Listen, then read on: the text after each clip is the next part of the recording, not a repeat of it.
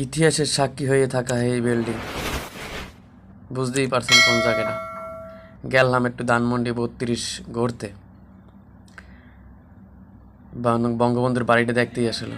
দেখে আমি তো পুরোই আসলে অবাক হয়ে গেছি, কী অবস্থা। দেখো যে এত শক্তি, এত শাসন, এত প্রভাব নিমিষেই শেষ হয়ে গেল। দেখেন কী অবস্থা, ভেঙ্গে চুরিয়ে সব শেষ, চূর্ণ বিচূর্ণ করে দিয়েছে সব কিছু। এইসবেরই আসলে ক্ষমতা কখনো চিরস্থায়ী নয়। এই জন্যই বলছে যে ভাবিয়া করিও কাজ, করিয়া ভাবিও না। ঠিক আছে, কর্মের ফল মানুষের ভোগ করতে হবে, আর টুমোরো এটা ফলবেই। যে রকমের করছে সেরকমের ফল পাইছে। জনগণ কি করে ফেলাইছে আমি বেশি কিছু বলবো না আসলে, তাইলে আবার মানুষ সব রাজনৈতিকভাবে আবার এটা অন্য চিন্তায় নিয়ে যাইবে। ঠিক আছে, আমি দেখে পুরো অবাক, যেখানে বাংলাদেশের কত সাক্ষী এই জায়গায়, ঠিক আছে, লুকাই আছে।